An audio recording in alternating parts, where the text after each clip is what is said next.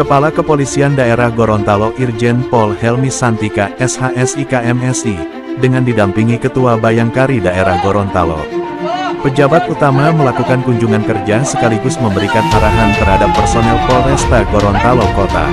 Selasa, tanggal 31 Januari tahun 2023. Dalam kesempatannya Kapolda Helmi Santika memberikan arahan terhadap personel Polresta Gorontalo Kota dan para Kapolsek wilayah Provinsi Gorontalo.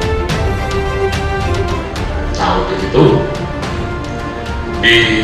dihadapkan pada situasi seperti yang tadi saya sampaikan, kompleksitas permasalahan, ciri-ciri masyarakat perkotaan dan lain sebagainya, maka Polresta Gorontalo Kota harus punya gaya pemolisian yang berbeda dibanding dengan Polres yang lain. Bentuknya seperti apa? Silahkan Pak Kapolres pimpin orkestrasi ini